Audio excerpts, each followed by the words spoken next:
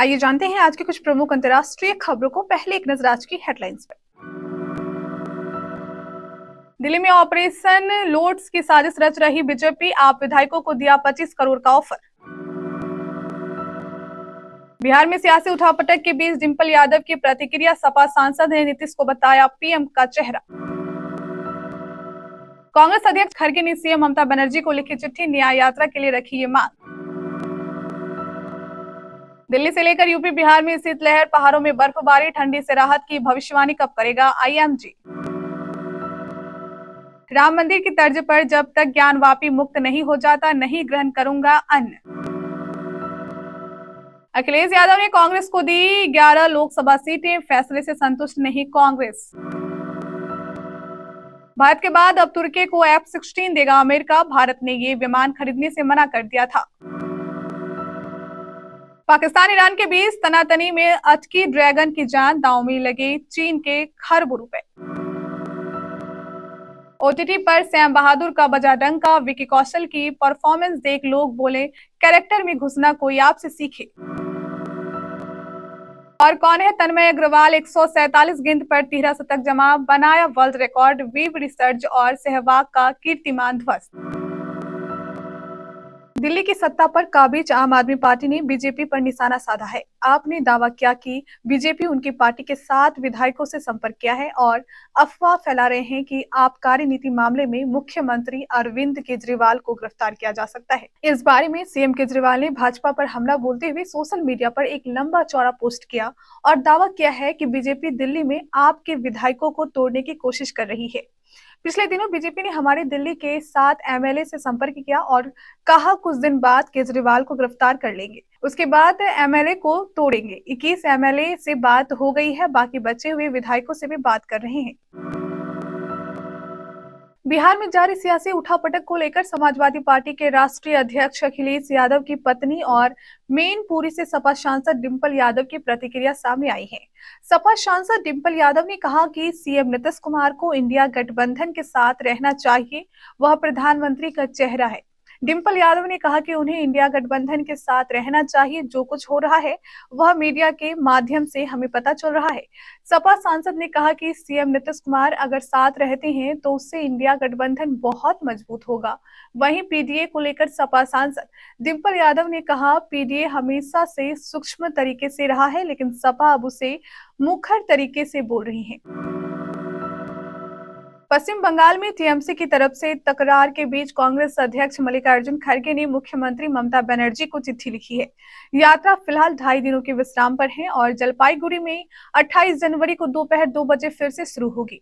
कांग्रेस के प्रवक्ता जयराम रमेश ने बताया कि अध्यक्ष खड़गे ने सीएम ममता बनर्जी को लिखी चिट्ठी में सुरक्षा सुनिश्चित करने का अनुरोध किया है। अध्यक्ष ने यात्रा को लेकर राज्य में असामाजिक तत्वों की तरफ से विवाद की आशंका जताई है।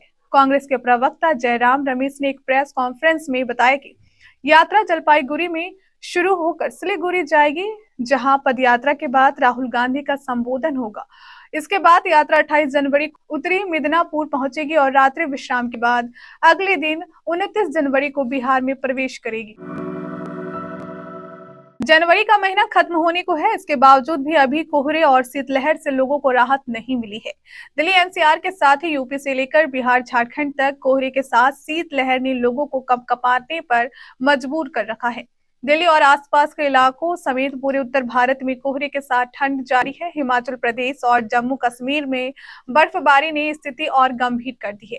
राजस्थान में भी कोहरा और ठंड जोरदार पड़ रही है। दिल्ली में हालत ये है कि शनिवार को न्यूनतम तापमान 4.3 डिग्री सेल्सियस दर्ज किया गया है। ये सामान्य से 3 से 4 डिग्री कम है। मौसम विभाग के अनुसार अगले 2 दिन तक घने कोहरे और जोरदार ठंड पड़ने का पूर्वानुमान है। एएसआई की स्टडी रिपोर्ट ने मंदिर पक्ष के लोगों के अंदर एक नए जोश का संचार कर दिया है। सर्वे रिपोर्ट ने उनकी मान्यताओं पर एक वैज्ञानिक पुष्टि की मुहर लगा दी है। स्टडी रिपोर्ट बाहर आते ही अखिल भारतीय संत समिति के महामंत्री स्वामी जितेंद्र आनंद ने ज्ञानवापी के मुक्त होने तक अन्न का त्याग कर दिया है। इस बात का ऐलान करते हुए उन्होंने कहा कि जब तक ज्ञानवापी मुक्त नहीं हो जाती तब तक वह अन्न का ग्रहण नहीं करेंगे। ये उनका तप है। उनके जैसे हजारों संत और आस्थावान लोग हैं जो ज्ञानवापी मुक्ति के लिए यज्ञ कर रहे हैं। ऐसे में उनका ये एक छोटा सा प्रयास है। पश्चिम बंगाल और पंजाब में जहां इंडिया ब्लॉक की मुख्य पार्टी कांग्रेस को सहयोगी दलों से झटका मिला है, तो वहीं उसके लिए अब उत्तर प्रदेश से राहत भरी खबर सामने आ रही है। सपा मुख्य अखिलेश यादव ने बड़ा ऐलान करते हुए कहा कि कांग्रेस सपा ने कांग्रेस को 11 सीटें ऑफर की हैं। बीते दिनों ही यूपी में इंडिया ब्लॉक के तहत सपा और रालोद का गठबंधन हुआ था, जिसके तहत रालोद को 7 सीटें दी गई हैं। अखिलेश यादव ने सोशल मीडिया एक्स पर पोस्ट करते हुए कहा, कांग्रेस के साथ 11 मजबूत सीटों से हमारे सौहार्दपूर्ण गठबंधन की अच्छी शुरुआत हो रही है। ये सिलसिला जीत के समीकरण के साथ और भी आगे बढ़ेगा। इंडिया की टीम और पीडीए की रणनीति इतिहास बदल देगी। पिछले दिनों सूत्रों के हवाले से खबर सामने आई थी कि यूपी में कांग्रेस 80 में से 23 सीटों पर चुनाव लड़ना चाहती है। अमेरिका F-16 फाइटर जेट तुर्की को देगा। दरअसल तुर्की ने स्वीडन को नाटो में शामिल करने पर सहमति जताई है। इसके बाद अमेरिकी सरकार ने उसे F-16 जेट्स देने का फैसला किया है। ये जेट्स पाकिस्तान के पास भी है। पिछले साल अमेरिका ने इसके रखरखाव के लिए पाकिस्तान को पैकेज भी दिया था। इसे लेकर भारत ने सवाल उठाए थे। एक मीडिया रिपोर्ट के मुताबिक अमेरिकी सरकार तुर्की को 40 नए F-16 लड़ाकू विमान देगी।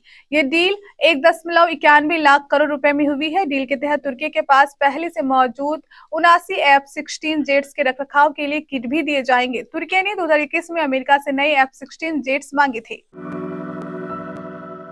ईरान और पाकिस्तान के बीच का विवाद चीन की चिंता को बढ़ा रहा है। ईरान ने पाकिस्तान पर एयर स्ट्राइक किया तो पाकिस्तान ने भी ईरान पर जवाबी कार्रवाई करते हुए हवाई हमला कर दिया, जिसके बाद से दोनों देशों में जबरदस्त तनाव चल रहा है। पाकिस्तान ईरान के बीच इस तनाव के चलते चीन की चिंता बढ़ गई है। दरअसल चीन ने दोनों देशों में खरबों डॉलर का निवेश किया है। अगर तनाव बढ़ा तो उसका खरबों का निवेश फंस जाएगा। चीन में पाकिस्तान में अरबों डॉलर का निवेश किया है, जो उसने सीपीईसी में किया हुआ है। फाइटर जेट से लेकर रॉकेट तक चीन ने पाकिस्तान के हर सेक्टर में निवेश किया है। पाकिस्तान के इंफ्रास्ट्रक्चर में भी चीन का बड़ा निवेश है। सड़क, रेल लाइनें, गैस पाइपलाइन चीन ने भारी भरकम निवेश किया हुआ है। चीन ने पाकिस्तान इकोनॉमिक कॉरिडोर के तहत 62 अरब डॉलर का निवेश किया हुआ है। विकी कौशल स्टार सैम बहादुर 26 जनवरी के मौके पर ओटीटी पर रिलीज हुई और इसे देख फैंस की खुशी का ठिकाना नहीं है। जिसने भी ये फिल्म देखी वह विकी कौशल की दमदार एक्टिंग की तारीफ करते नहीं थक रहे हैं। मेघना गुलजार के निर्देशन में बनी सैम बहादुर में विकी कौशल ने देश के पहले फील्ड मार्शल सैम मानेकशॉ का किरदार निभाया और वह इसमें छा गए। थिएटर्स में यह 1 दिसंबर को एनिमल के साथ रिलीज हुई थी। तब इसने बॉक्स ऑफिस पर कमाई तो खूब की और हिट रही, लेकिन एनिमल के आगे कहीं खो सी गई। अब सैम बहादुर जब 26 जनवरी को ओटीटी प्लेटफॉर्म G5 पर रिलीज हुई और खूब तारीफें बटोर रही हैं। भारतीय बल्लेबाजों का दुनिया भर में बोलबाला देखने को मिलता है। विराट कोहली और रोहित शर्मा जैसे अनुभवी बैटर कोई ना कोई रिकॉर्ड अपने नाम करते रहते हैं। उनके पीछे से युवाओं की फौज तैयार हो रही है, जो इंटरनेशनल क्रिकेट में धमाका करने को बेकरार है। मौजूदा रणजी ट्रॉफी के मुकाबले में शुक्रवार 26 जनवरी को एक ऐसी पारी देखने को मिली जिसने वर्ल्ड रिकॉर्ड तोड़ डाला। तन्मय अग्रवाल दुनिया में सबसे तेज तिहरा शतक बनाने वाले बैटर बन गए हैं। छक्कों चौकों की बौछार करते हुए इस बैटर ने कई दिग्गजों को पीछे छोड़ दिया। रणजी ट्रॉफी में 26 जनवरी 2024 खेला गया अरुणाचल प्रदेश और हैदराबाद के बीच का मुकाबला इतिहास के पन्नों में दर्ज हो गया है। एक दिन के खेल में ही तन्मय अग्रवाल ने धुआंधार अंदाज में गेंदबाजों की पिटाई करते हुए ट्रिपल सेंचुरी जमा दी।